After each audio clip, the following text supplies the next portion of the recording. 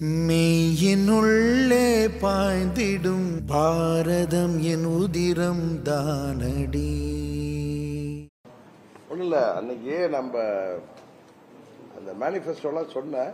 அது நீங்கள் டீட்டெயில்டாக அன்றைக்கி சொன்னேன்னா, முக்கியமானது சொன்னேன்னா உங்கள் மூலம் அது இன்னும் நம்ம தொகுதி மக்களுக்கு ரீச் ஆகும் அப்படிங்கிறது என்னுடைய விருப்பம். நான் அதை படிக்கட்டுமா? அன்பார்ந்த தேனி நாடாளுமன்ற தொகுதி வாக்காளர் பெருமக்களே, என்ன மாதிரி ஜெனரேட்டர் எது ப்ராப்ளம்? ஜெனரேட்டர்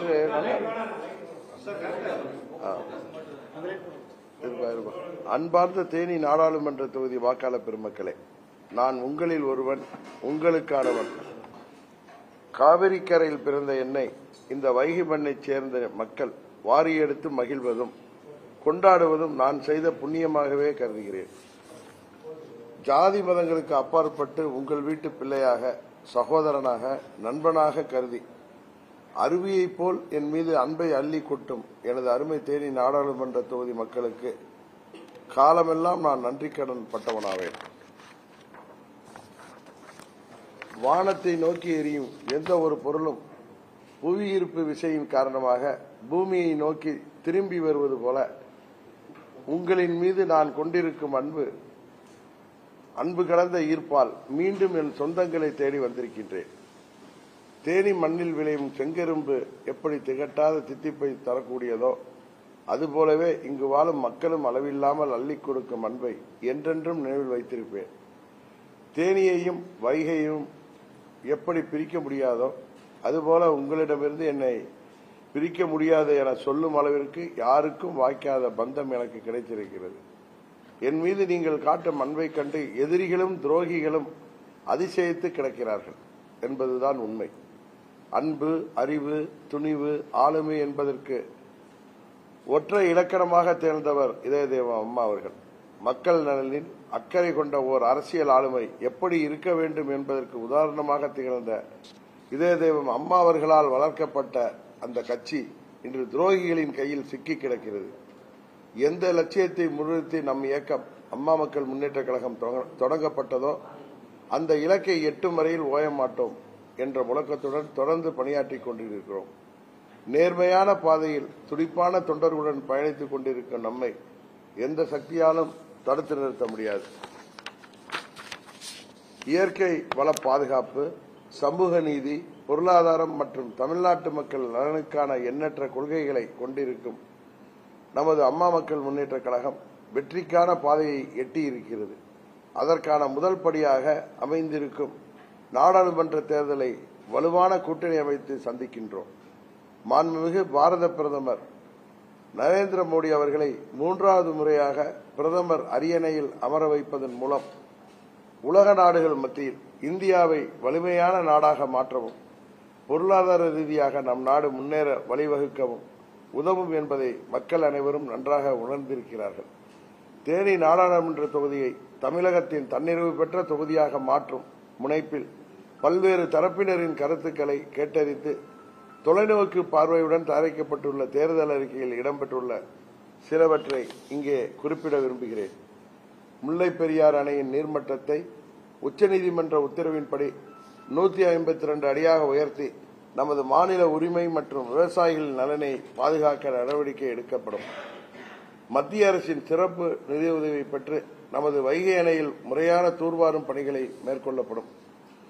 நீண்ட காலமாக தீர்க்கப்படாமல் இருக்கும் தமிழகம் கேரளாவை இணைக்கும் வழித்தடமான தேவாரம் சாக்குளத்து மெட்ரோ ரோடு திட்டம் செயல்படுத்த எல்லா நடவடிக்கைகளும் எடுக்கப்படும்.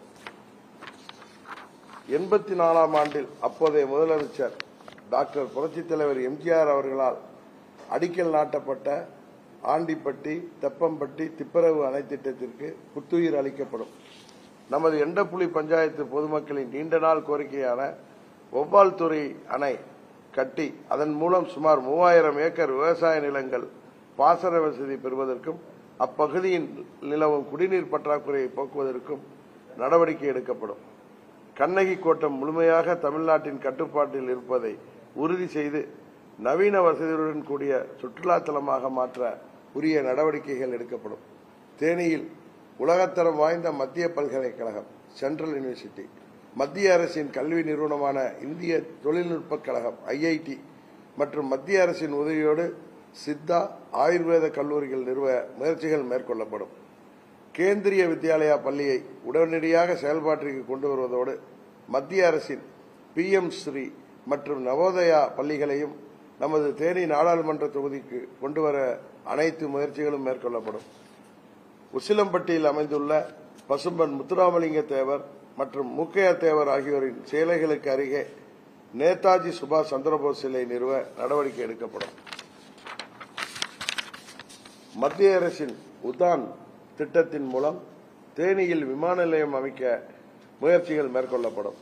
தென் மாவட்ட மக்களின் நீண்ட நாள் கோரிக்கையான திண்டுக்கல் சபரிமலை ரயில் போக்குவரத்து, சென்னை போடி வரையில் தினசரி ரயில் சேவை, மதுரை போடி வரையிலான ரயில் போக்குவரத்தை கூடலூர் வரை நீட்டிக்க மத்திய அரசிடம் வலியுறுத்தப்படும்.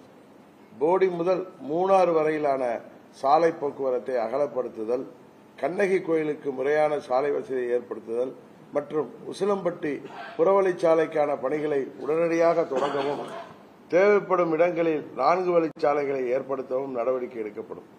தேனி நாடாளுமன்ற தொகுதிக்குட்பட்ட அனைத்து சட்டமன்ற தொகுதிகளிலும் புதிய தொழிற்சாலைகள் தொடங்கப்பட்டு இளைஞர்களுக்கான வேலைவாய்ப்புகள் அதிகரிக்கப்படுவதோடு தொகுதி மக்கள் அனைவரும் நிலையான வருமானம் ஈட்டுவதற்கு தேவையான முயற்சிகளும் மேற்கொள்ளப்படும்.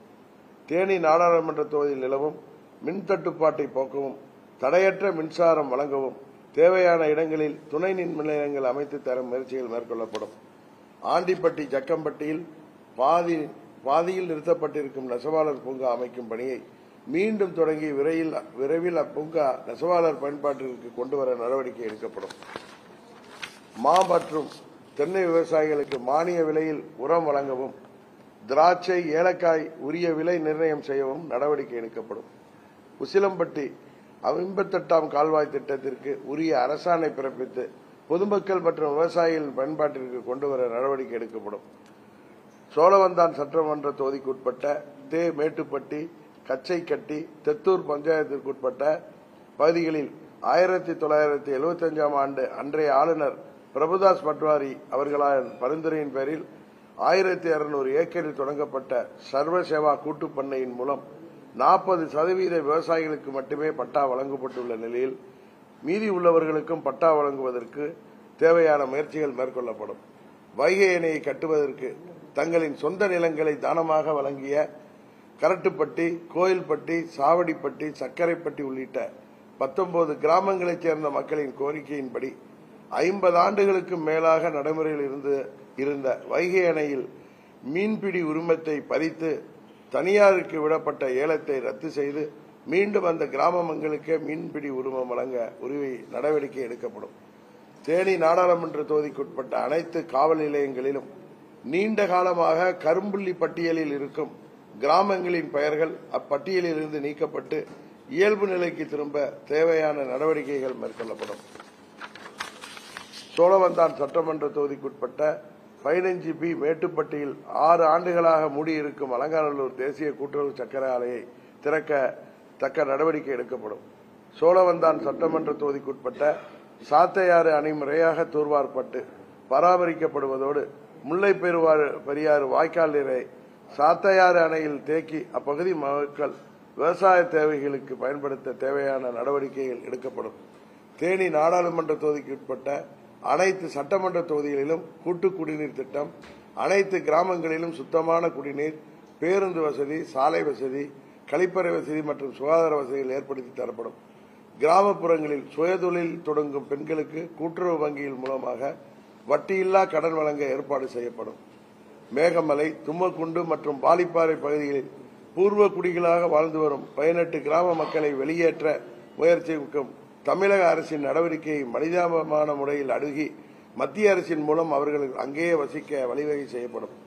சோழவந்தான், கம்பம், கடமலை, மயிலை உள்ளிட்ட தேவைப்படும் இடங்களில் அரசு கலை மற்றும் அறிவியல் கல்லூரிகளை தொடங்குவதற்கு தேவையான நடவடிக்கைகள் எடுக்கப்படும்.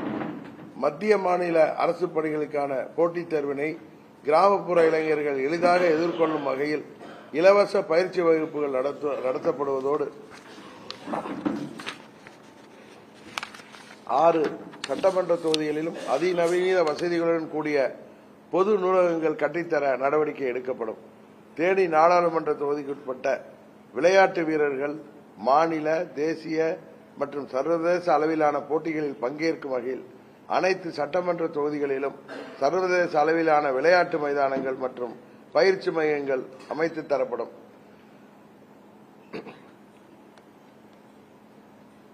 மேகமலை, வைகை அணை பூங்கா, சோத்துப்பாறை, மஞ்சளாறு, கும்பக்கரை, தேக்கடி, சின்ன சுள்ளி ஆகிய இடங்களில் அடிப்படை வசதிகளை மேம்படுத்தி சிறந்த சுற்றுலா தலங்களாக உருவாக்க நடவடிக்கை எடுக்கப்படும். தமிழகம் முழுவதும் ஆளுங்கட்சி உதவியுடன் பரவியிருக்கும் போதை மருந்து வியாபாரத்தை மத்திய அரசின் உதவியுடன் அடியோடு தடுத்து நிறுத்த தனி கவனம் செலுத்தப்படும். இப்படி தேர்தல் வாக்குறுதிகள் மட்டுமல்லாமல் பிரச்சாரத்தின் போது மக்கள் வழங்கிய கோரிக்கை மனுக்கள் அனைத்தையும் பரிசீலித்து நிறைவேற்றப்படும் என தேனி நாடாளுமன்ற தொகுதி மக்களுக்கு உறுதியான உத்தரவாதத்தை நேரத்தில் தருகிறேன். நம் ஒவ்வொருவரின் வாக்கும் நமது தொகுதியின் வளர்ச்சி மற்றும் எதிர்கால தலைமுறையினருக்கு அளிக்கக்கூடிய பாதுகாப்பு என்பதை நீங்கள் ஒவ்வொருவரும் உணர வேண்டும். உங்களிடமே சுரண்டி இறுதிக்கட்ட அன்பளிப்பு என்ற பெயரில் உங்களிடமே சுரண்டி இறுதிக்கட்ட அன்பளிப்பு என்ற பெயரில் உங்களுக்கே 300, 500 என கொடுக்க முயற்சிக்கும் சூழ்ச்சியை ஆளும் கட்சியினரும் ஆண்ட கட்சியினரும் முன்னெடுத்து செய்து வருகிறார்கள். அவற்றுக்கு இடமளித்து ஏமாற வேண்டாம் என தேனி நாடாளுமன்ற தொகுதி வாக்காளர்களை அன்போடு கேட்டுக் கொள்கின்றேன். தேனி நாடாளுமன்ற தொகுதியின் வாக்காளர்களை வெறும் வாக்குகளாகவே பார்க்கும் எதிர்க்கட்சியினர் மத்தியில் இந்த தொகுதியின் வளர்ச்சியை மட்டுமே குறிக்கோளாக கொண்டு உங்கள் முன் இருக்கும் உங்கள் வீட்டு பிள்ளையான எனக்கு குக்கர் சின்னத்திலே வாக்களித்து பெருவாரியான வாக்குகள் வித்தியாசத்தில் வெற்றி பெற செய்யுமாறு அன்போடு கேட்டுக் கொள்கின்றேன். குக்கர் சின்னத்திற்கு நீங்கள் அளிக்கும் ஒவ்வொரு வாக்கும் நம் எதிரிகளையும் துரோகிகளையும் ஒரு சேர வீழ்த்தும் ஆயுதங்களாக இருக்கட்டும். இரவு பகல் பாராமல் இறுதிக்கட்ட தேர்தல் பணிகளில் மும்முரமாக ஈடுபட்டுக் கொண்டிருக்கும் அம்மா மக்கள் முன்னேற்ற கழகத்தின் அனைத்து நிலையிலான நிர்வாகிகள் மற்றும் தொண்டர்களுக்கும் தேசிய ஜனநாயக கூட்டணி கட்சிகளைச் சேர்ந்த தலைவர்கள், நிர்வாகிகள், தொண்டர்கள் என அனைவருக்கும் எனது மனமார்ந்த நன்றியை தெரிவித்துக் கொள்கிறேன். உங்களோடு இருப்பேன், உங்களுக்காகவே உழைப்பேன், வாக்களிப்பேன் குக்கர் சின்னத்திற்கு. நன்றி. எதுக்கு சொன்னா அன்னைக்கு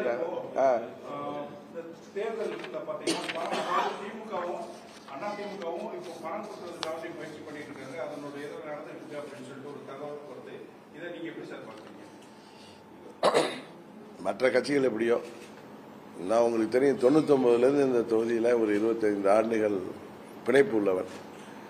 99 அம்மா எனக்கு என்ன தேர்தலில் அவங்க பேசினப்ப உங்கள் வீட்டு பிள்ளையாக பணியாற்றுறேன்னு சொல்லி தான் என்னை அறிமுகப்படுத்தினாங்க. எனக்கும் இந்த பகுதிக்கு சம்பந்தம் இல்லாதவன். நான் அம்மா கூட அரசியலில் கூட இருந்தவனை தொட்டு அம்மா 89 போடியில் இங்கே போட்டிட்டப்ப வந்தவன் தான். 99 அப்ப இருந்த அரசியல் சூழ்நிலையில திரு சேடப்பட்டி முத்தையா அவர்களை நிறுத்த வேண்டாம்னு முடிவு எடுத்தப்ப அம்மாவா கொண்டாந்து என்ன அரசியல்ல பெரிய குளத்தில் நிறுத்தினாங்க. அப்போ கூட நமது கம்ப செல்வேந்திரன் காமெடியா சொல்வார், அவருக்கு போடியில் இறங்கி விட்டீங்களா தேனிக்கு வழி தெரியாது, நான் உங்கள் ஊருக்காரன், இந்த மண்ணில் மைந்தெல்லாம். பட் மக்கள் அதையெல்லாம் தாண்டி அன்றைக்கு என்னை வெற்றி பெற செய்தீர்கள். அன்றிலிருந்து நான் ஒரு 10-11 ஆண்டு, இன்னும் சொல்ல போனா 2004 தமிழ்நாடு முழுவதும் எங்க கூட்டணி பெரிய பின்தங்கி இருந்தாலும் இங்க ஒரு 20-21 ஓட்டுல தான் நான் தோல்வியை சந்திச்சேன். அதுக்கு அடுத்தது ஒரே மாசத்துல அம்மா என்ன ராஜ்யசபாவில் மெம்பராக்கி இங்க தான் அனுப்பி வச்சாங்க. கிட்டத்தட்ட 2010 ஜூன் வரைக்கும் ஒரு 11 வருடம் நான் இந்த பகுதியிலேயே எல்லோரையும் ஜாதி மதங்களுக்கு அப்பாற்பட்டு, உங்களுக்கு தெரியும், நான் ஒவ்வொருவரையும் உறவினரா சொந்த பந்தமா நினைத்து பழகி இந்த தொகுதிங்கிறது எனக்கு ஒரு பெரிய பிணைப்பை ஏற்படுத்தியது அரசியல் எல்லாம் தாண்டி. அதனாலதான் மறுபடியும் இங்க வரப்ப அந்த மக்கள்கிட்டையும் ஒவ்வொருவரோட வீட்லயும் நான் இருக்கேங்கிறத உணர முடிஞ்சது. அதே உணர்வோட தான் நான் அரசியல் எல்லாம் தாண்டி இங்க செயல்படுறேன். என்னால கொடுக்க முடியாம இல்லை, உங்களுக்கு தெரியும். ஏன்னா உங்களுக்கு தெரியும், நான் எம்பியா இருந்தப்ப எத்தனையோ பேர் படிப்பு உதவிக்காக என்னிடம் கேட்டப்ப அவங்களுக்கு நான் சொல்லி காமிக்கல, சொல்ல வேண்டிய கட்டாயம். ஒரு ஸ்டூடெண்ட்டுக்கு எங்க பொண்ணை படிக்க வைக்க முடியல, பையனை படிக்க வைக்க முடியலன்னு வரப்ப கல்லூரி படிப்பு, ஸ்கூல் படிப்புக்கு எல்லாம் நான் பல பேருக்கு உதவி செய்திருக்கேன். இன்னும் சொல்ல போனா முதலமைச்சராக இருந்த அம்மாட்ட சொல்லி முதல்வர் கோட்டாலேயே மெடிக்கல் சீட்டு, அண்ணா யூனிவர்சிட்டி முதற்கொண்டு இன்ஜினியரிங் சீட்ல எல்லாம் நான் கொடுக்கறதுக்கு அம்மா ஃபர்ஸ்ட் ப்ரிஃபரன்ஸ் கொடுப்பாங்க. அது ஆண்டிப்பட்டி மாத்திரம் இல்லை, நம்ம தேனி மாவட்டம் மதுரை ரீஜன்ல இருந்து. இன்னும் சொல்ல போனா இப்ப நான் போறப்ப நேற்று ஆதிப்பட்டியை தாண்டி போடி இதுக்கு போனப்ப அடுத்த ஊர் இருக்க பெரிய ஊர் பூதிபுரத்தில் போனப்ப 2 பொண்ணுங்க வந்து வண்டியை மறைச்சாங்க. சிஸ்டர்ஸ் ஒரே மாதிரி இருந்தாங்க. என்கிட்ட ஒரு மனு கொடுத்தாங்க, வாங்கி படிச்சு பார்க்குறேன். சார், எனக்கு நாடார் கல்லூரியில் அட்மிஷன் கிடைச்சிச்சு. எங்கள் அப்பா அவளை படிக்க வைக்க முடியாது, அவர் தினக்கூலி. எனக்கு படிக்கணும்னு ஆசையாக இருக்கு, என்னை படிக்க வைக்கணும். நான் எங்கள் ஒன்றிய செயலாளர் கூப்பிட்டு அதுங்க அதே உணர்வோடு இருக்காங்க. இது நான் இப்போ சொல்றதுக்கு வந்து காரணம் வந்து ஏதோ சொல்லி காண்பதுக்கான காரணம் அடுத்தது வரேன். அவங்க எங்கள் ஒன்றிய செயலாளர் அங்கே இருக்கார்ல, அவர்கிட்ட கொடுத்து எப்போ காலேஜில் பேசி எப்போ ஃபீஸோ கட்ட சொல்லுது. எலெக்ஷன் 19 வரைக்கும் தான் கட்டக்கூடாது, 20 கட்டினா கூட தப்பு இல்லை. தனி நபர் உதவி ஓட்டுக்கான அது கிடையாது. நீங்கள் கேட்டு அடுத்தது எப்போ மே ஜூனில் வரப்ப கட்டிடணும், என்கிட்ட வந்து பணம் வாங்கிக்கணும். ஒன்றிய செயலாளர்கிட்ட கொடுத்தேன். ஏன்னா கோயில்களுக்கு மற்ற இது கேட்கறது நான் வந்து எடுத்துட்டு வந்துடுவேன், தேர்தல் முடிஞ்சது செய்கிறேன் அப்படின்ட்டுருவேன். இது ஒரு பொண்ணோட படிப்பு என்னை வந்து ரோட்டில் மறைச்சி கேட்குறப்ப நான் அதை வந்து அவர்கிட்ட கொடுத்து என்னன்னு ஸ்டடி பண்ணிட்டு வந்து என்கிட்ட சொல்லுங்க. அவங்க மே மாசமோ ஜூன் மாசமோ நாடார் காலேஜில் நான் பேசி அந்த பொண்ணுக்கு மறுபடியும் அட்மிஷன் கொடுக்க சொல்றேன்னு சொன்னேன். இது வந்து அரசியலெல்லாம் தாண்டி இந்த ஊரோட எனக்கு ஏற்பட்ட பிணைப்பு. அம்மா அவர்கள் எனக்கு ஒரு சர்வீஸ் பண்ண வாய்ப்பு கொடுத்தாங்க, செஞ்சோம். நான் போய் ஓட்டுக்கு மற்றவங்க மாதிரி பணத்தை கொடுத்து என் சொந்த பந்தங்களாக நினைக்கிறவங்களுக்கு 300 500 1000 கொடுத்து ஓட்டு வாங்குவது எனக்கு அதுல உடன்பாடு இல்லை. நான் 99 நின்னப்பையும் தெரியும், 2004 நின்னப்பையும் உங்களுக்கு தெரியும். நான் அது மாதிரி செயல் செஞ்சல. ஆண்டிப்பட்டியில கூட இவங்க டோக்கன் கொடுத்தவங்க வேற, அதையும் தடுத்து நிறுத்தினேன். ஆண்டிப்பட்டியில எல்லாமே ஒர்க் பண்ணேன்.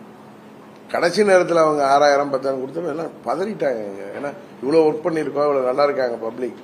நான் சொன்னேன் அதெல்லாம் வேணாங்க. வெற்றி எனக்கு சொன்னார், ஏன்னா இந்த தொழிலெல்லாம் பணம்லாம் வேலை செய்யாது, உங்க மேல அவ்வளவு ஈர்ப்பா இருக்காங்க, உங்க தேடி மாதிரி இருக்காங்கன்னு சொன்னார். அதுதான் உண்மை. ஏன்னா கொஞ்சம் மார்ஜினை குறைச்சிச்சு. நேற்று நான் வந்து ஒரு ஊர்ல தாய்மார்கள்ட்ட எல்லாம் சொல்றப்ப சொன்னேன், அந்த 300 500 1000 உங்களை வந்து விலை பேசுவது எனக்கு வருத்தம். என் சொந்த பந்தத்தை இப்படி பேசுறாங்க, நீங்க பாத்துங்க. அது எல்லாம் உங்கள்கிட்ட இருந்து சுரண்ட பணம். நல்ல ஊர்ல எதான பேசுறேன். ஆண்டிப்பட்டியில ஆர்கே நகர்ல ஒரு மீனவ தாய் சொன்னதை சொன்னேன், எங்கள்கிட்ட இருந்து கொள்ளையடிச்சு எங்க சுருக்கு பையில இருந்து எடுத்து எங்கள்கிட்ட கொடுக்குறாங்கன்னு. அது மாதிரி அது என்னன்னு அவங்க புரிஞ்சுக்குவாங்க. அதற்காக வாக்களிக்க மாட்டார்கள் என்பது எனக்கு தெரியும். ஏன்னா மீண்டும் நான் வரணும் அப்படிங்கிற எதிர்பார்ப்பு இங்க இருந்தது எனக்கு தெரியும், உங்களுக்கு தெரியும். நான் போகும்போதும் அவங்க சொல்றது இந்த முறை உங்களுக்கு வாய்ப்பு கொடுப்போம், 2004 நாங்க உங்களுக்கு வாய்ப்பு கொடுக்காது அவங்க அதை ஃபீல் பண்றாங்க. நான் அதை எக்ஸாஜரேட் பண்ணல. அதனால போக முடியுங்கிறதா. எப்படி ஆர்கே நகர்ல அவங்க கடைசி நாள் அவங்க எல்லா வீடுகளுக்கும் பணம் கொடுத்ததுக்கு அப்புறம் நான் போனப்ப கூட எல்லா நிர்வாகிகளும் ஒரு மாதிரி ஆயிட்டாங்க. செந்தவிலன் அங்க இருந்த பகுதிக்கு போனப்ப, ஆனா இப்பதான் அந்த முன்னாள் அமைச்சருங்க பணம் கொடுத்துட்டு போறாரு, ஆனா அவங்க எல்லாம் ஆரத்தி எடுக்க தட்டோட உங்கள்கிட்ட வர்றாங்க, இங்கெல்லாம் ஒன்னாகாது. சென்னையை சேர்ந்தவர் ஸ்டடி. அதே மாதிரி இங்க நான் இந்த ஊரை சேர்ந்தவன், இந்த ஊரை பிறக்கலைனாலும் அந்த மக்கள் நேற்று வந்து என்ன பார்த்தப்பையும், நேற்று இரவு கூட நான் போடி ஒன்றியத்தில் போனப்ப இந்த பணங்காசெல்லாம் ஏதோ ஒரு ஏழையா பாறையா உள்ளவங்க ஏதோ வாங்கிட்டோமே அப்படின்னு கொஞ்சம் வாக்குகள் குறையலாமே தவிர எனது வெற்றியை எதிரிகளால் ஒன்று செய்ய முடியாது. ஆனா இது ஒரு தப்பான முன்னுதாரணம். இதை நான் என்னைக்கு செய்ய மாட்டேன். இன்னைக்கு இல்ல, இது வெற்றி தோல்வியெல்லாம் தாண்டி ஒரு அரசியல்வாதி எப்படி, ஏன்னா இதே மாதிரி தவறுகள் நடக்கிறப்பதான் நாளைக்கு ஊழல்கள் காரணமாகுது. அதுக்கு நான் இடம் கொடுக்க மாட்டேன். விவசாயம் அதாவது 200 ஏக்கர் 300 ஏக்கர் ஒரு விமான நிலையம் அமைக்கணும்னா தேவைப்படும். இப்ப 80 கிலோமீட்டர்ல மதுரையில் விமான நிலையம் இருக்கு.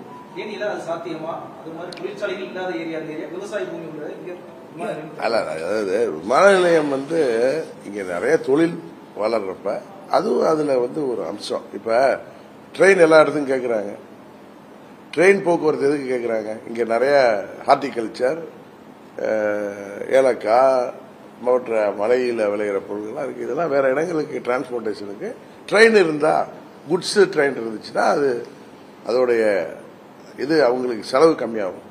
இன்னொன்று விமான நிலையம் வந்து அமைக்கிறதுக்கு நான் சொல்றது உதான் விமான நிலையம், சிறு விமான நிலையம், அந்த வாயுதூத் மாதிரி பிளைட்டு, சிறு விமானங்கள் வந்து இறங்குறதுக்கு, சென்னையிலேருந்து தேனிக்கு வர்றதுக்கு, பெங்களூர்லேருந்து வர்றதுக்கு இங்கே நிறைய எக்ஸ்போர்ட் தொழில்கள்லாம் இருக்கு. அதுக்கு உதவி செய்யற மாதிரி விவசாயத்துக்கோ சுற்றுச்சூழலுக்கோ நான் சொல்றது எந்த பாதிப்பும் இல்லாமல் பொதுமக்கள் விருப்பத்திற்கு ஏற்ப இடங்கள் தேர்வு செய்யப்பட்டு அந்த இடத்துல அது அமைக்கப்படும். எத்தனையோ அரசாங்க இடம் தரிசு இடங்கள் கிடக்கு. அதே மாதிரி இடங்களை அதில் நான் ரொம்ப கவனமாக இருப்பேன். நானும் ஒரு விவசாயியோட பையன் தான். இன்னொன்று இயற்கை பாதுகாக்கணுங்கிறதுல நான் ரொம்ப உறுதியாக இருப்பேன். அதனால இயற்கைக்கு எந்த பாதிப்பும் இல்லாமல், சுற்றுச்சூழல் பாதிப்பு இல்லாமல், இன்னொன்று என்னுடைய தேர்தல் அறிக்கையில் பாருங்க, இயற்கை விவசாயத்தை இங்கே மக்கள்கிட்ட இன்னும் ஊக்குவிக்கிற விதமாக திட்டங்களை செயல்படுத்துவேன்னு சொல்லியிருந்தேன். அது இந்த பாயிண்ட்ல இல்லை, அது மெயின் இதில் இருக்கு. அது மாதிரி எந்த பாதிப்பும் இல்லாமல் தேவையான்னு கேட்கறது தேவை. ஏன்னா இந்த பகுதி பொருளாதார ரீதியாக வளரணும்னா தொழிலும் வளரணும். அதே நேரத்தில் நமது இந்த விவசாயம் பாதிக்காம, நம்மளுடைய சுற்றுச்சூழல் பாதிக்காம, நம்மளுடைய இயற்கை பாதிக்காம, இந்த மலை பிரதேசம் அதே அளவோட அதே நேரத்தில் வளர்ச்சி அடைவதற்கு எந்தவித பாதிப்பும் இல்லாமல், மக்கள் யாரும் எதிர்க்காமல் எல்லா உள்ள திட்டங்கள் தான் அங்கே கொண்டு வரணும். இயற்கைக்கு விவசாயத்துக்கோ இயற்கைக்கோ பாதிக்கிற திட்டங்களை நான் தொழிற்சாலைகள் தான் சொல்லியிருக்கேன். நீங்க அது பொல்யூஷன் கிரியேட்டிங் தொழிற்சாலையா இருக்காது. அது சுற்றுச்சூழலை பாதிக்க, நல்ல கேள்வி, பாதிக்காத விவசாயத்துக்கு சார்ந்த தொழிலா கூட இருக்கலாம். நான் சொல்றது விவசாயம் சார்ந்த பொல்யூஷன் இல்லாத விவசாய தொழில், எத்தனையோ தொழில் இருக்கு.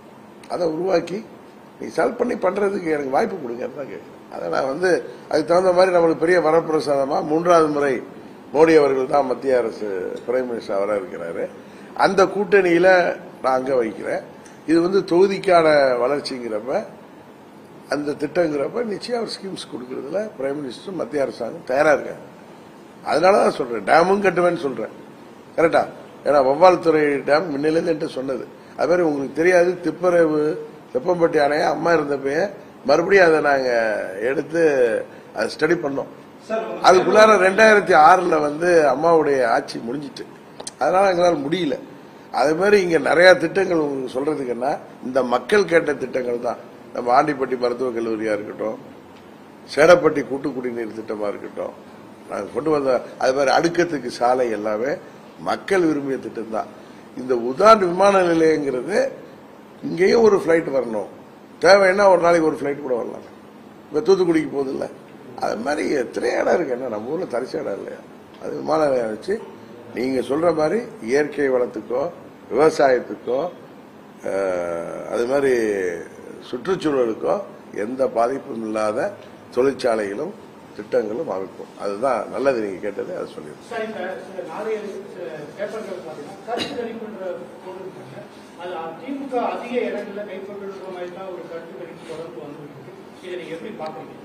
அது அவங்களுடைய கருத்து, அதை அவங்க கணிக்கிறாங்க. மக்களுடைய கருத்து கணிப்பு என்னங்கிறத ஜூன் 4 தெரிஞ்சு. சார், தமிழகத்திலேயே அதிக வாக்கு வித்தியாசத்தில் திமுக தேனி தொகுதியில் வெல்லும் அப்படின்னு முதல்வர் சொல்லியிருக்காரு. அது அவருடைய ஆசை, அவர் சொல்றாரு. அது மக்கள் தானே இதெல்லாம் இறுதி எஜமானர்கள், அவங்க தீர்ப்பளிக்க போறாங்க. ஜூன் 4 சாயங்காலம் தெரிஞ்சிட போகுது உங்களுக்கு. அவர் எதிர்பார்ப்பு மக்கள் நிச்சயம் உறுதியாக அவருக்கு தோல்வியை தருவார். சார், பிப்ரவரி பத்தி சொல்லிட்டீங்க உங்களுடைய தேர்தல் அறிக்கையில. இதே பாத்தீங்கன்னா அந்த வசநாடு பகுதியிலையும் ராஜபாளையம் விருதுநகரை இணைக்கிறதுக்காக அந்த கிழவன் கோயில் சாலை கிழவன் கோயில் சாலை நீங்க சொல்லப்படல. இது மத்திய அரசாங்கத்தினால அந்த வனத்துறை ஆமா, எனக்கே தெரியும். அங்க இந்த சாம்பல் அணி முன்ன நாங்க மல்லபுரம் மயிலாடுதுறை சாலையை கொண்டு வந்தவங்க நாங்க, உங்களுக்கு தெரியும். அம்மாட்ட சொல்லி அங்க அந்த சாம்பல் அணில்கள் பிரச்சனை இருக்குன்னு ரொம்ப ஸ்லோவா தான் பண்ணாங்க. எனக்கு இங்க உள்ளது எல்லாமே மெமரியில இருக்கு. கிழவன் கோயில் சாலையெல்லாம் எனக்கு ராஜபாளையம் அங்க இணைக்கிறது. இங்க இப்ப பாத்தீங்கன்னா அங்க போடப்பட்ட சாலைகளே இப்ப ஃபாரஸ்ட் டிபார்ட்மெண்ட் அம்மா இருந்தப்ப நாங்க மத்திய அரசுல நம்ம பர்மிஷன் வாங்கி வனத்துறையில போடப்பட்ட சாலைகளை இன்னைக்கு திரும்ப போட முடியாமல் 2006க்கு அப்புறம் போட முடியாமல் நானே அங்க போனெல்லாம் வாலிப்பாறை மூலக்கடை எல்லாம் தாண்டி போறப்ப ரோட இல்லை. நான் எப்படி 99 ஓட்டு கேட்க வந்தப்ப இருந்தேனோ அது மாதிரி இருக்கு. அங்கெல்லாம் தப்பு குண்டுங்கெல்லாம் போறப்ப தும்மக்குண்டு எல்லாம் போக முடியல. அது காரணம் மெயினா காரணம் வனத்துறையோட நடவடிக்கையை நான் தவறு சொல்லல. அதே மனிதாபிமான அடிப்படையில அங்க வாழ்ற 10,000 பூர்வ குடிகளை அங்கிருந்து வெளியேற்றுங்கிற முயற்சியை மனிதாபிமான அடிப்படையில் அணுகி அங்க அவங்களை தங்க வைக்கிறதுக்கான அனைத்து ஏற்பாடுகளையும் செய்ய முடியும். அது மாதிரி இந்த கிழவன் கோயில் சாலையை நான் மறக்கல, அடுத்த கட்டமா வச்சுக்கணும். நான் சாக்குளத்துமெட்டு சாலையை நான் என்னுடைய இதுல சேர்க்கல பாருங்க. ஏன்னா அது வந்து ரொம்ப நாள் கோரிக்கை. அதில் ஃபாரஸ்ட் தான் அதில் ப்ராப்ளம். அது ஆனால் அதே நேரத்தில் நம்ம நிர்வாகிகள்லாம் அங்கே போன பொதுமக்களும் உங்கள் இதில் சொல்லுங்கன்னு தான் அன்னைக்கு நான் சொன்னேன். நான் இருக்கேன் அவங்களுக்கு. அதனால வந்து அதுவும் என் மனதில் இருக்கு. அதை படிப்படியாக அதை இன்னும் ஸ்டடி பண்ணிட்டு தான் பண்ண முடியும்.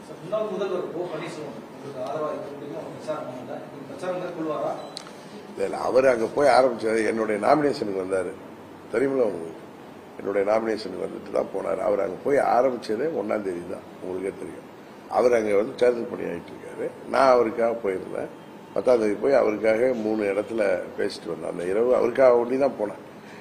அவர்கிட்ட சொன்ன, முடிஞ்சா வந்துட்டு போங்க சேர்மன், முடிஞ்சா நேரம் பறந்து வந்திருப்பார். அவர் அங்கே புதிய பகுதி, பெரிய நிலப்பரப்பு, அங்கே அறந்தாங்கி வரைக்கும் போக வேண்டியிருக்கு, இங்கே திருச்சூலிலாம் போக வேண்டியிருக்கு, நரிக்குடியெல்லாம் போக. அதனால அவரை வர முடியும். வேற ஒன்றும் வரக்கூடாதுங்கிற எண்ணம்லாம் அவர் கிடையாது.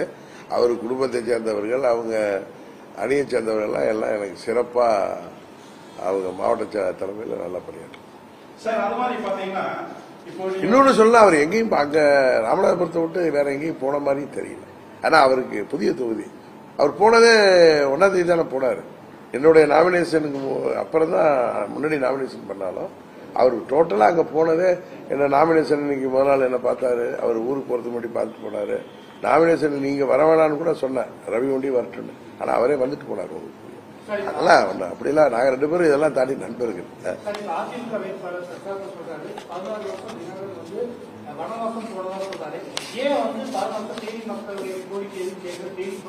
அதுதான் அன்னைக்கே அவரு எல்லா பிரதர், உங்களுக்கு நீங்க சும்மா பரபரப்புக்காக கேட்காதீங்க. நான் இது எடப்பாடி பேசுறதுக்கே பதில் நான் உங்கள்கிட்டே சொன்னேன்.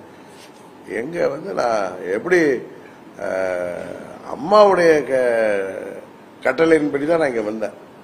உங்களுக்கு சொன்ன சில பேர் சதினால நான் இங்க வந்து வரதான் அம்மா வேணான்னு சொன்னதுக்கு அப்புறம் அவங்கள தாண்டி அவங்க எப்படி அததான் இன்னைக்கு நான் ராமரோட என்ன கம்பேர் பண்ணிக்கல.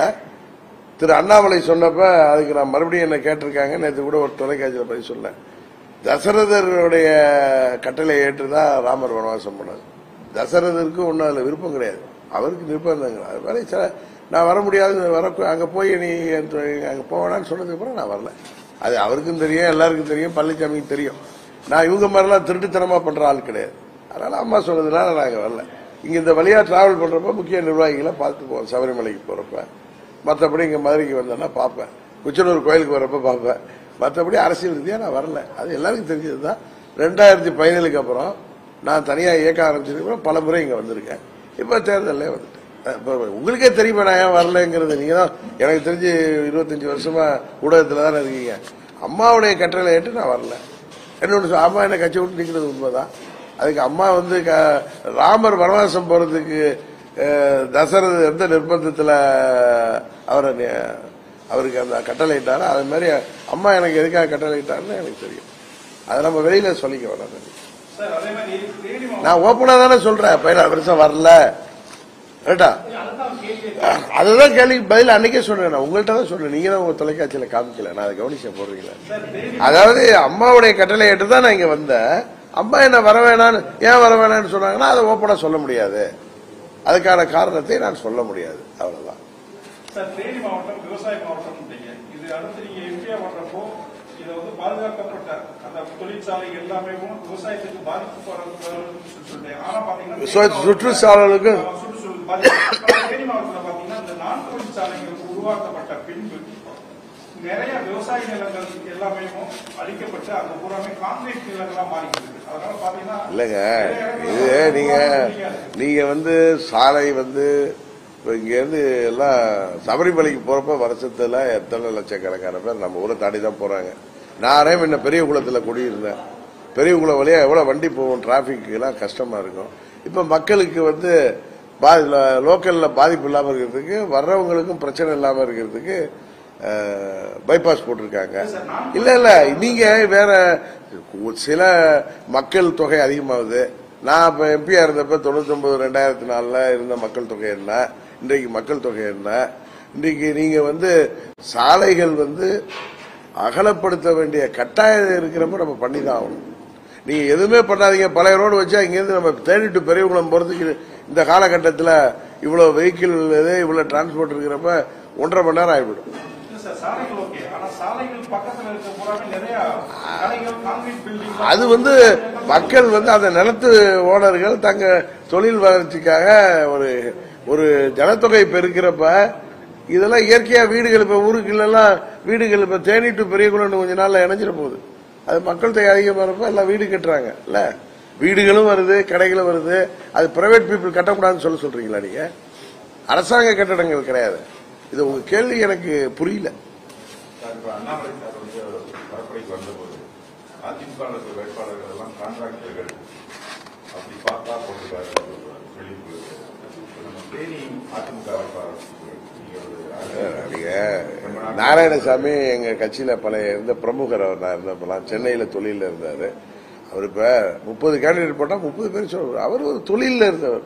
இப்ப இங்க நிறைய பேர் இப்ப இங்க அரசியல்ல கட்சி பணியில இருந்து கட்சி பணி ஆற்றுறவங்க இருப்பாங்க. கரெக்டா? நீங்க உங்க ஒன்றிய செயலாளரோ, நகர செயலாளரோ, மாவட்ட செயலாளரோ ஏதாவது பொறுப்புல இருந்து கட்சி பணி ஆற்றுறவங்க இருப்பாங்க. இதுதான் உண்மை. அவர் என்னவா இருந்தாரு, இப்ப என்ன பதவியில இருந்தாரு, என்ன பணியாற்றினாருன்னு உங்களுக்கு தெரியும், எனக்கு தெரியும். இது தேவையில்லாத கேள்விகள்லாம் தவிர்க்கலாம். அதாவது பெரும்பாலும் கான்ட்ராக்டர்கள் அதுல வந்திருக்கவங்க. ஒன்னே சொல்லட்டுமா, நான் யாரையுமே போட்டியாளர் நினைக்கல. ஏன்னா மக்கள் என்னை தேர்ந்தெடுப்பார்கள், என்னை வெற்றி பெற செய்வார்கள். இந்த பகுதி மக்கள் என்னோடு என்ன சுவாசத்தோடு கலந்தவர்கள். அதனால என்னை வெற்றி பெற செய்வார்கள் என்கிறது எனக்கு 100% நம்பிக்கை இருக்கு. அதனால நான் யாரையும் போட்டியாளர்லாம் நினைக்கிறேன். 1999 நீங்க மக்களவை களம் தாண்டும்போது உங்களை எதிர்த்து போட்டியிடுவர்கள் அதிமுகவிலிருந்து பிரிந்து திமுகவில் இணைந்தவர். 20 ஆண்டுகளுக்கு பிறகு எப்படி நீங்க போட்டியில் இருக்கும்போது உங்களை எதிர்த்து போட்டியிடுவது, அதே அதிமுகவிலிருந்து பிரிந்து திமுக அமமுக என்னுடைய வேட்பாளராக நின்று கரெக்டா 2019 பார்லிமெண்ட் கேண்டிடேட்டா இருந்து போனவர். அது சிலது அது மாதிரி ரிப்பீட் ஆகிறது. நம்ம அதுக்கு நான் என்ன பதில் சொல்ல முடியும்? நீங்க அவரை தான் கேட்கணும். நீங்க கண்ணகி கோயில் விவகாரத்தை அரசியல்வாதிகள் தொட்டா அவங்களுடைய பதவி போயிடும் அப்படின்ற ஒரு அச்சத்தினால கண்ணகி கோயில் விவகாரத்துல யாரும் தலையிடுறது இல்லை அப்படின்ற மாதிரியான ஒரு கருத்து இருக்கு சார். நம்ம கண்ணகி கோயில் இதுக்குமே கேரள வனத்துறையும் கேரள அரசாங்கம் நம்ம தமிழக மக்கள் உள்ள போய் வழிபடுறதுக்கு நெருக்கடி கொடுக்குறாங்க. வருஷத்துக்கு ஒரு ட்ரிப் போறாங்க. நான் என்ன அரசியல்வாதியா நினைக்கிறது இல்ல. அது தேனி தொகுதியில என்ன யாரு அரசியல்வாதியா நினைக்கிறதா நான் பார்க்கல. நான் இந்த தொகுதிக்கு சொந்தக்காரன், உறவினர்களுக்கு இங்க நம்ம பகுதி மக்களுடைய விருப்பம் எனக்கு தெரியும். அது ஏதோ நான் என்னுடைய விருப்பம் இல்ல. எல்லாம் அந்த சித்ரா பௌர்ணமிக்கு போறப்ப எவ்வளவு ரெஸ்ட்ரிக்ஷன் எல்லாம் இருக்குன்னு மத்திய அரசு மூலம் அதை நிறைவேற்றி தர அனைத்து பட்சம். எனக்கு இதே மாதிரி எனக்கு இறை பக்திலாம் அதிகம். இதே மாதிரி இந்த நான்சென்ஸ் சென்டிமெண்ட்ல எல்லாம் எனக்கு உடன்பாடு கிடையாது. பக்தி அதிகமா இருக்கிறப்ப, கடவுள் மேல நம்பிக்கை இருக்கிறப்ப இதே மாதிரி பயங்களே கூடாது. உண்மையான பக்தி உங்களுக்கு இருந்துச்சுன்னா, உண்மையா கடவுள் மேல நம்பிக்கை இருக்கிறவனுக்கு எந்த பயமும் இருக்காது. அவன் சரியா நடக்கணும், அவ்வளவுதான். சரியா?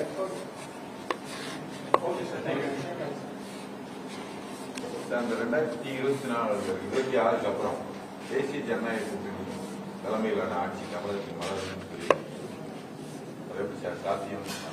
அதுதான் நடக்க போகுது. சாத்தியம் இல்ல, அதுதான் நடக்கும். எங்க கூட்டணி மாபெரும் மக்கள் ஆதரவோடு வெற்றி பெற்று ஆட்சி அமைக்கும். எங்களுடைய முதல்வர் யாருங்கிறத நேற்றே ஒரு தொலைக்காட்சி பேட்டியில் சொன்னேன். நாங்கள் எல்லாம் சேர்ந்து ஒரு திறமையான, தகுதியான, சுயநலம் இல்லாமல் மக்கள் நலனில் ஈடுபாடு உள்ள ஒருவரை, மக்கள் ஏற்றுக்கொள்கின்ற ஒருவரை நாங்கள் வேட்பாளராக அனைவரும் சேர்ந்து ஒரு மனதோடு தேர்ந்தெடுக்க வேண்டும் என்பதுதான் எனது ஆசை. அதை மற்ற கட்சிகளும் ஒத்துக்கொள்வார்கள் நினைக்கிறேன். அது நீங்க அரசியல் கட்சி எந்த கட்சிங்கிறதுலாம் சொல்ல நானே இன்னும் முடிவுக்கு வரல. நான் என்னுடைய விருப்பத்தை சொன்னேன். நல்லா புரிஞ்சுக்கிட்டீங்களா பாலாஜி? என்னுடைய வார்த்தைகளை நீங்க உன்னிப்பா கவனிக்க மாட்டீங்க. சுயநலம் இல்லாமல் மக்கள் மீது அன்புடைய, தகுதியும் திறமையும் உடைய ஒருவரை நாங்கள் தேர்ந்தெடுப்போம், எல்லாரும் ஒரு மனதாக. அதுதான் அப்படிங்கிறது வேண்டுங்கிறது என்னுடைய விருப்பம். அதனால இதுல இருப்பாங்களா இல்ல புதுசா கூட ஒருத்தர் இறக்குமதி செய்யலாம். அப்துல் கலாம் மாதிரி ஒருத்தர் கூட நாங்க எல்லாம் சேர்ந்து இறக்குமதி செய்யலாம். விஜய் வந்து தேர்தல போட்டியிட அவரை எப்படி சார் நான் உங்க அளவுக்குலாம் பெரிய அரசியல் அறிவுலாம் இல்லைங்க. நான்லாம் வந்து உங்க மாதிரி பெரிய மேதையெல்லாம் கிடையாது. ஏதோ எங்க அம்மா கொண்டாந்து விட்டாங்க, காலத்தின் கட்டாயம் நான் அதுல இருக்கேன். விஜய் ஒரு சூப்பர் ஸ்டாரு. ரஜினிக்கு அப்புறம் இப்ப இருக்கிறதுல அவரும் அஜித் தான் டாப்பா இருக்காங்க. அவர் கட்சி ஆரம்பிச்சிருக்காரு. இதெல்லாம் யாருங்க முடிவு பண்ணணும்? எஜமானர்கள் மக்கள் தானே முடிவு பண்ணுவீங்க. நான் சொல்ற மாதிரி நடக்க போதா? நீங்க சொல்ற மாதிரி நீங்க உங்க எதிர்பார்ப்பு நடக்குமா? மக்கள் எல்லாம் எதிர்பார்க்கிறாங்களோ அதை நடக்கும். அது மக்கள் முடிவு செய்யிட்டு நம்ம 2 பேரும் என் மண்டையை உடைச்சிக்கிட்டு எங்களுடைய விருப்பம், எங்களுடைய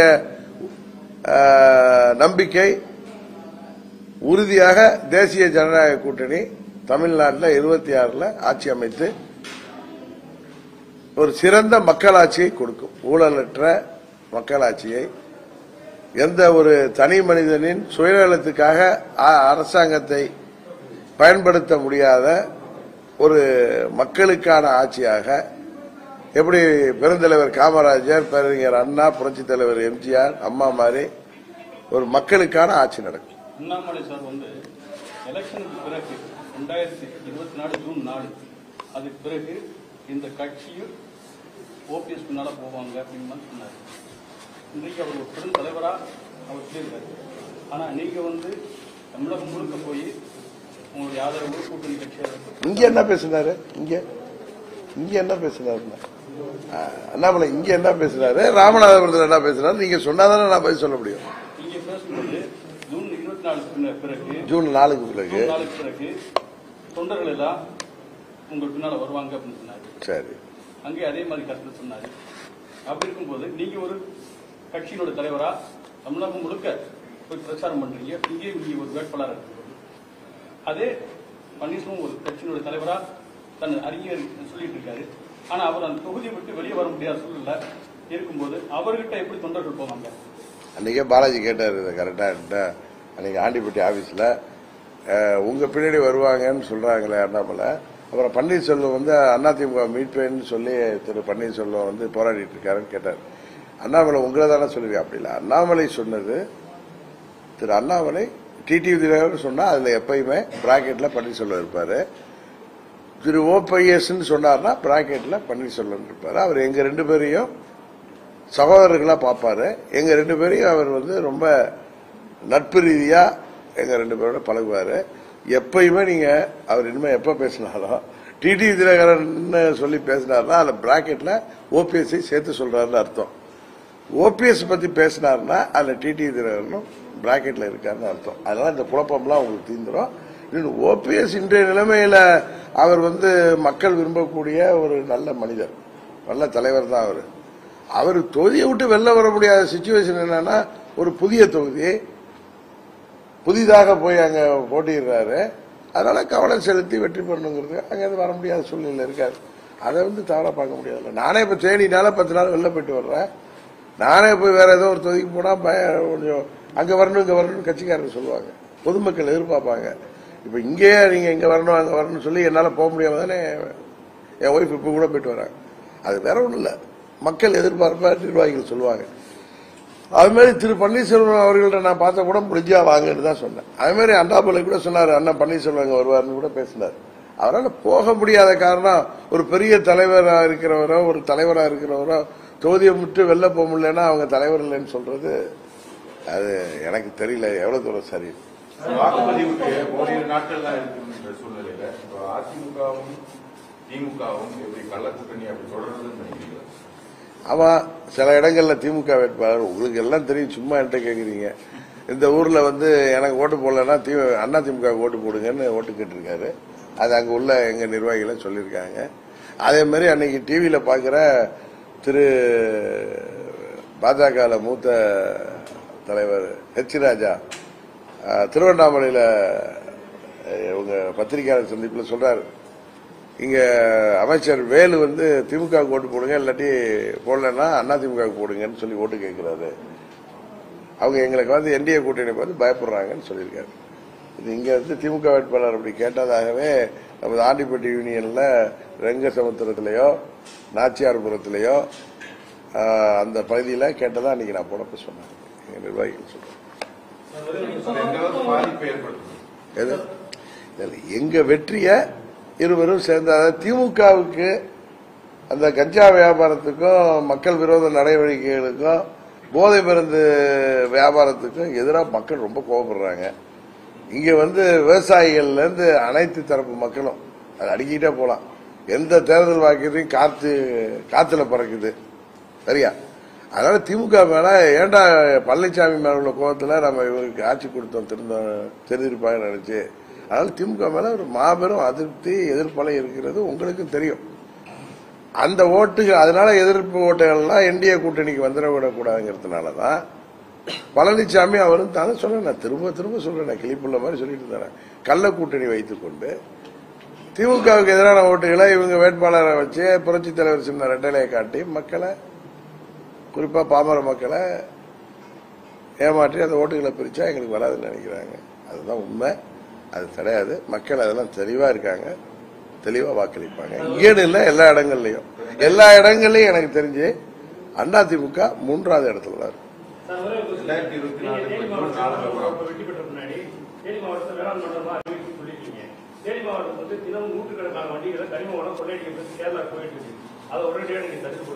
நீங்க என்ன ஜெயிக்க வைங்களா, ஆட்டோமேட்டிக் அவங்க நினைச்சிருவாங்க.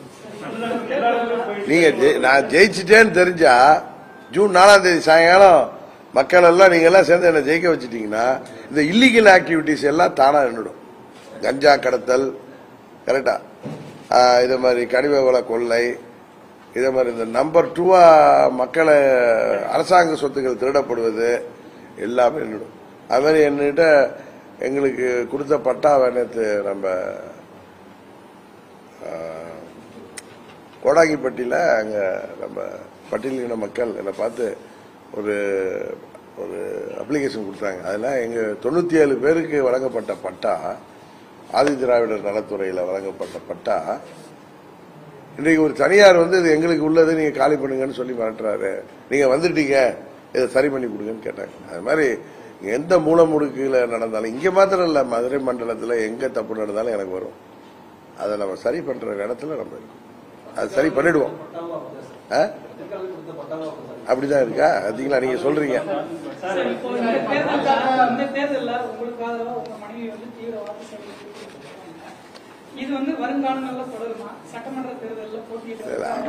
அல்ல, அவங்க அரசியலுக்கு வர விருப்பம் இல்ல. அவங்களுக்கு விருப்பம் இருந்தா எந்த ஒரு என் ஒய்ஃபுங்கிறதுக்காக அரசியல்ல வர விருப்பப்படுறாங்கன்னு வச்சுங்க. அதை நான் எங்க கட்சியில வேணா நீ வேணான்னு சொல்ல முடியும். இப்ப என் மகள் இருக்கு, அதுக்கு திருமணம் ஆயிட்டு, அது ஒரு பெரிய காங்கிரஸ் குடும்பத்தில் கட்டி கொடுத்துருக்கோம். அந்த குடும்பத்துல இருந்து என் பொண்ணை எலெக்ஷன் நடத்தணும்னு விருப்பப்படுறாங்கன்னு வச்சுங்க. ஏன்னா என் மகளோட கணவரோட தாத்தா எம்பியா இருந்தவர் தெரியும் உங்களுக்கு. அவர் அதுக்கு முன்னாடி இருந்த தாத்தா பெரிய காங்கிரஸ்ல பெரிய தலைவர். காமராஜருக்கு ரொம்ப பக்கபலமா இருந்தவர் தெரியும் உங்களுக்கு, கேள்விப்பட்டிருப்பீங்க, கிருஷ்ணசாமி வாண்டியாரு. இப்ப என்னுடைய சம்பந்தியே அங்க மாவட்ட தலைவர் காங்கிரஸ்ல. அவங்க ஒரு அரசியல் குடும்பத்துல தான் நான் பொண்ணு கொடுத்துருக்கேன். அவங்க நாளைக்கு என் பொண்ணு நிக்கணும்னு சொல்லுவேன், அவங்க நிறுத்தணும்னு சொல்லி இருந்துச்சுன்னா நான் போய் அதெல்லாம் சொல்ல முடியாதுல்ல. இது ஒரு தனிநபருடைய விருப்பு வெறுப்பு. சரியா? இன்னொன்னு, எத்தனையோ வேட்பாளர் மாதிரி தகுதி இருந்தா அவங்களை நிறுத்துறதுல தப்பு இல்லை. ஆனா அது அவங்க தனி மனிதருடைய விருப்பம் இருப்பான். என் ஒய்ஃப் இப்ப ஓட்டு கேட்கறது, என்னால போக முடியாத இடங்களுக்கு போறேன். அவங்க தான் கிளியரா சொல்றாங்களே, அரசியல் கேள்விகள்லாம் என்கிட்ட கேட்காதீங்க, அது என் கணவர்கிட்ட கேளுங்கிறாங்க. அவங்க போறது டோட்டல். இன்னும் நான் இங்க எம்பியா இருக்கிறப்ப நான் வர முடியாத நேரத்தில் கோயில் குளத்துக்கெல்லாம் பணம் கொடுக்காம வந்திருக்காங்கல்ல, தெரியுமில்ல பாலாஜி உங்களுக்கு, நீங்களே கூட போயிருப்பீங்க. அப்ப அதே மாதிரி தான் அவங்க இப்ப நான் போக முடியல. என் மனைவி, எனக்கு ஒரு பையன் இருந்தா போயிருப்பார் ஓட்டு கேட்க. ஏன் வார்டு, நம்ம முனிசிபாலிட்டி வார்டு எலெக்ஷன்லயே நம்ம வீட்டு பெண்டுகள் பிள்ளைகள்லாம் ஓட்டு கேட்பாங்கல்ல, அதே மாதிரி தான் போறாங்க. அவங்களுக்கு அரசியலுக்கு வர்ற விருப்பம் இல்லை. அதுதான் உண்மை.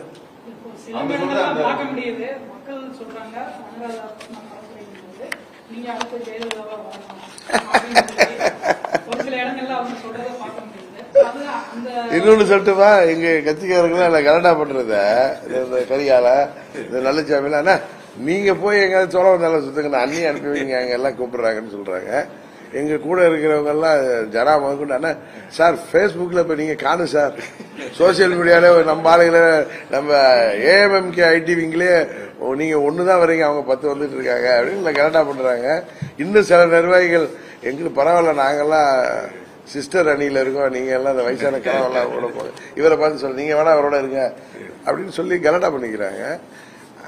அவங்க என் ஒய்ஃப் ரொம்ப மெச்சூர்டு, அவங்க கரெக்டா ஹேண்டில் பண்ணுவாங்க.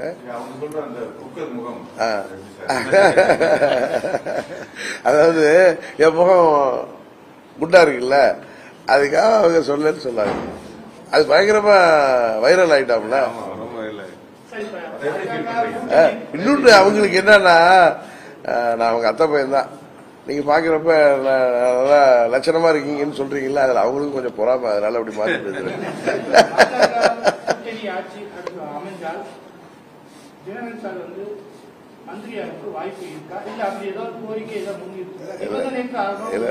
ஒன்னே சொல்றேன், என் சுவாபம் உங்களுக்கு நல்லா தெரியும்.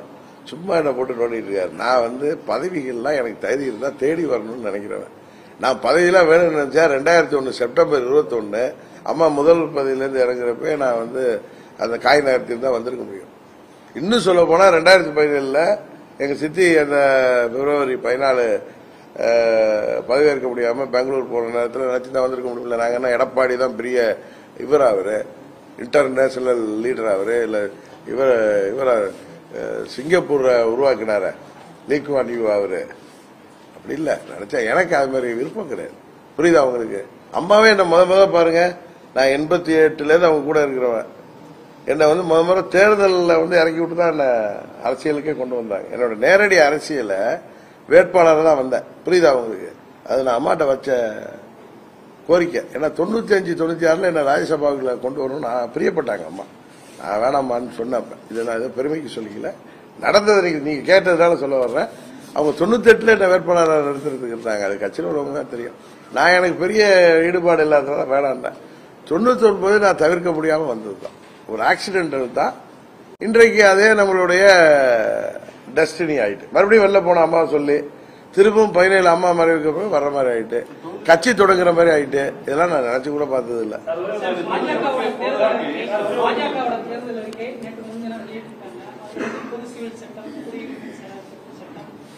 ஒரே நாடு ஒரே தேர்தல், இந்த மாதிரி ஒரு முக்கியமான ஒரு மசோதைகள் எல்லாம் தேசிய ஜனநாயக கூட்டணியில பாஜக தேர்தல் அறிக்கையை இல்லைங்க. நீங்க இது பொது சிவில் சட்டங்கிறது இப்ப உள்ள கோரிக்கை இல்லைங்க. அது நேரு காலத்திலே அதெல்லாம் அவங்க கொண்டு வர்றதுக்கான முயற்சி எடுத்தாங்க. டாக்டர் அம்பேத்கர் எடுத்த முயற்சி உங்களுக்கு தெரியும். அப்ப அப்ப இருந்த ஜின்னா போன்ற, நான் சொல்றது உண்மையான, நீங்க செக் பண்ணீங்க. பொது சிவில் சட்டம் கொண்டு வந்தப்ப இந்தியா சுதந்திரம் வந்த உடனே எல்லா தலைவர்களும் முடிவு பண்ணது. இவர் அண்டல் அம்பேத்கர் உட்பட அவர் தானே இதே உருவாக்கினாரு. அப்பயே வந்தது அது. அதுல அதே மாதிரி இந்த சிஏ யாருடைய குடியுரிமையும் பறிக்க வந்த சட்டம் இல்ல. வெளிநாடு மத சார்புள்ள நாடுகள்ல மதத்தின் பெயரால பாதிக்கப்படுறவங்க இங்க வர்றவங்களுக்கு, எல்லா மதத்தினர்களுக்கும் அது உண்டு, இஸ்லாமியர்களுக்கும் உண்டு. இது ஒரு ஸ்பெஷல் ஸ்கீம் கொடுத்தாங்க. 16 வருஷம் அப்படி வெயிட் பண்ண வேணாம், 5 வருடம் 6 வருடம் ஆனாலே ஒரு ஸ்பெஷல் ஸ்கீம் கொண்டு, அதுல அவங்க மத ரீதியா பாதிக்கப்பட்டிருக்க மாட்டாங்க. அதனால அவங்க 16 வருஷ ஸ்கீம்ல வரட்டு இருக்காங்க.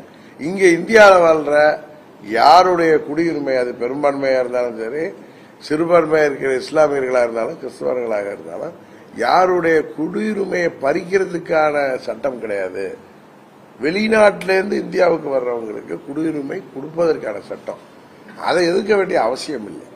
அது 6 பேர் குடியுரிமை கிடைக்கட்டுங்கிறது தான். சரியா?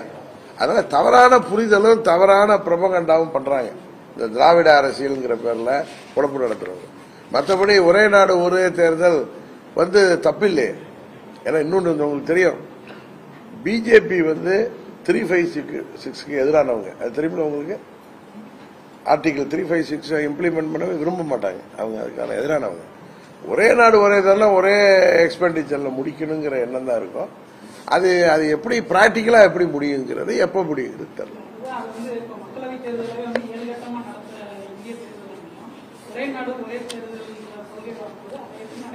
அதே மாதிரி 7 முறையில அசம்பிளி சேர்த்து தான் நடத்தணும். 7 கட்டமா நடத்துறது நல்லது தானே. ஒரே நாடு ஒரே தேர்தல்னு சொல்லியிருக்காங்க. ஒரே நாடு ஒரே நாள்ல தேர்தல்னு சொல்லல அவங்க. இது எப்பயுமே இந்த பல கட்ட தேர்தல் இந்த போலீஸ் போர்ஸ் யூஸுக்கும் சில இடங்கள் வந்து தமிழ்நாட்டில் பெரிய அந்த சட்ட ஒழுங்கு பிரச்சனை வராது. சில மாநிலங்கள்லாம் உங்களுக்கு இன்னும் சில போலிங் பூத்தெல்லாம் கொஞ்சம் இதா அங்கெல்லாம் சட்ட ஒழுங்கு ப்ராப்ளம் வர்றதுக்கு இருக்கிறதுனால பல கட்டங்களை நடத்துறாங்க.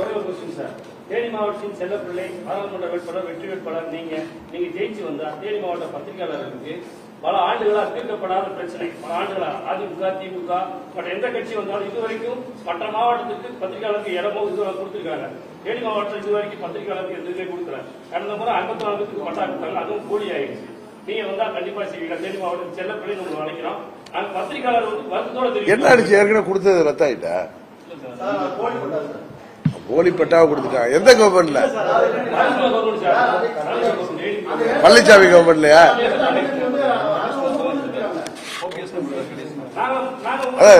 இப்ப பழனிசாமி கவர்மெண்ட் தானே அது.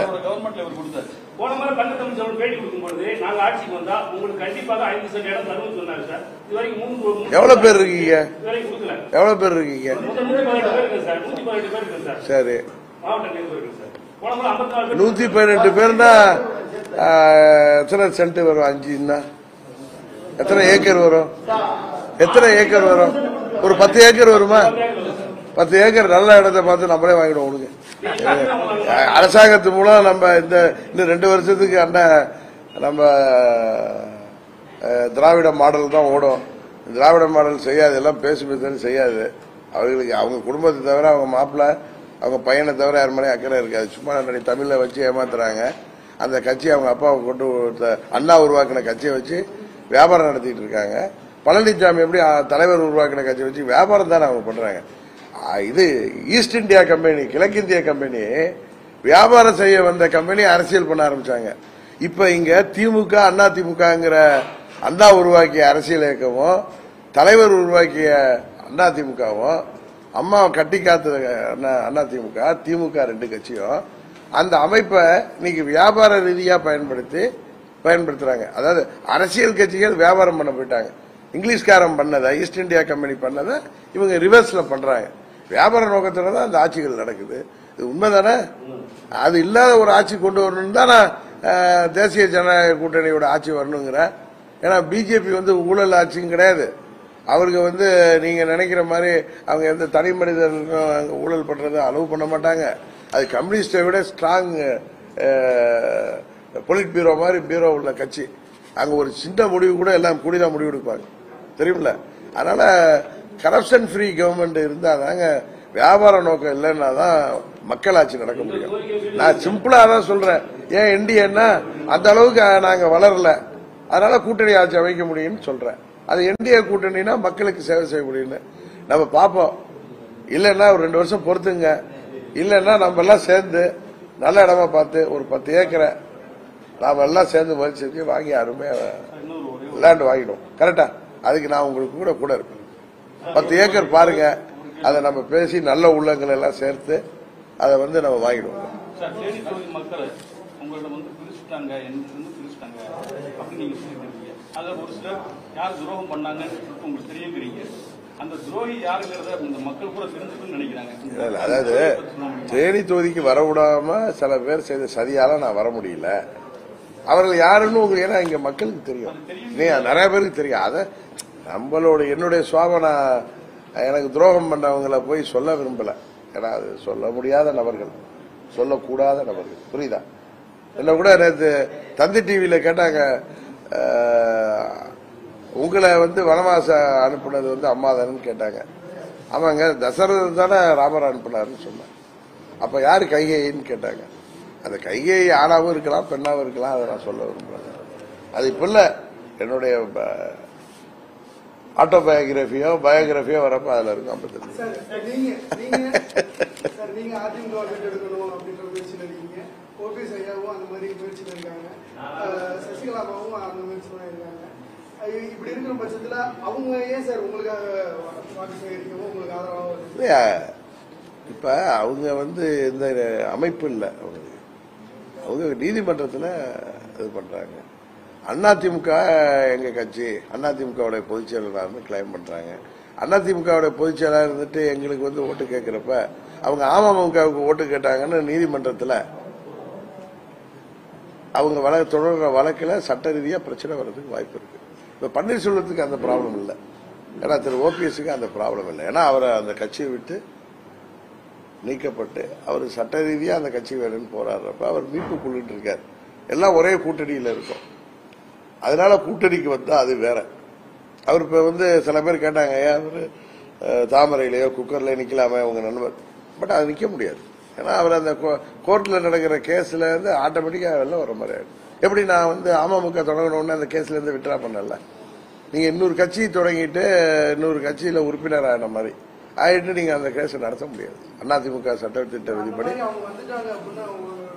அது நீங்க இல்ல நீங்க அதெல்லாம் அவங்களதான் கேட்கணும். நான் யாரையும் போய் என் ஒய்ஃபே என்ன சொன்னேன், அவங்களுக்கு விருப்பம் தான் நான் என்னங்க பண்ண முடியும்னு கேட்டேன். ஏன்னா என் கட்சியில வேணாம்னு நான் சொல்ல முடியும் அப்படின்னு. அது மாதிரி நான் ரொம்ப சுதந்திரமானவன். அதனால நான் சுதந்திரமா இருக்கீங்கன்னா அடுத்தவங்க சுதந்திரத்துல தலையிடக்கூடாதுன்னு நினைக்கிறேன். அதிமுகவும் அந்த இரட்டை இலையும் தேர்தல் வரைக்கும் தான் எடப்பாடி பழனிசாமி எனக்கு ஜோசியெல்லாம் சொல்ல தெரியாது. இரட்டை இலை பலவீனப்படுத்தி கொண்டிருக்கிறார் பழனிசாமி. ஒரு 5-6 பேர் சேர்ந்த ஒரு சுயநல கும்பல், பதவி வெறி, என்ன சொல்றது, இன்னும் சொல்ல போனா துரோக சிந்தனை, தான் மட்டும் வாழணும் மற்ற யாரும் இருக்கக்கூடாதுங்கிறதுல அந்த புரட்சி தலைவருடைய தொண்டர்களுக்கு, புரட்சி தலைவர் கட்சி ஆரம்பிச்சதே திமுக இருந்து ஒரு 2000 பேர் சேர்ந்து 1500 பேர் சேர்ந்து பொதுக்குழுவை கூட்டி நீக்கிட்டாங்க. அதனாலதான் அதே மாதிரி ஒரு நிலைமை அதிமுக தலைமைக்கு நடக்கக்கூடாதுன்னு அவருடைய பேசிக் சட்டத்திட்டமே உறுப்பினர்கள்லாம் சேர்ந்துதான் தலைமையை தேர்ந்தெடுக்கணுங்கிறத அடிப்படையே சிதைச்சிட்டு இன்றைக்கு அந்த அடிப்படையை பவுண்டேஷனே அடிச்சுட்டாரு. அதனால அது ரொம்ப பலவீனமாயிட்டு இருக்கு. மக்களும் அவங்களை புரிஞ்சுக்கிட்டு எதிராயிட்டாங்க. அவருடைய துரோகம் எந்த அளவுக்கு இருக்குங்கிறது தெரிஞ்சுக்கிட்டாங்க. அதனால அந்த இயக்கம் பலவீனப்பட்டு அதுல அந்த பேருக்கும் அந்த சின்னத்துக்கும் ஒட்டிட்டு இருக்கிற அங்க தவித்துட்டு இருக்கிற தொண்டர்கள்லாம் உண்மை உணர்ந்து எல்லா அம்மாவுடைய உண்மையான தொண்டர்களோட இணைவாங்கிறது தான் என்னுடைய கருத்து. அது விரைவில் நடக்கும். மேலும் இது போன்ற வீடியோக்களை காண தேசியவாத நியூஸ் யூடியூப் சேனலை சப்ஸ்கிரைப் செய்யுங்கள்.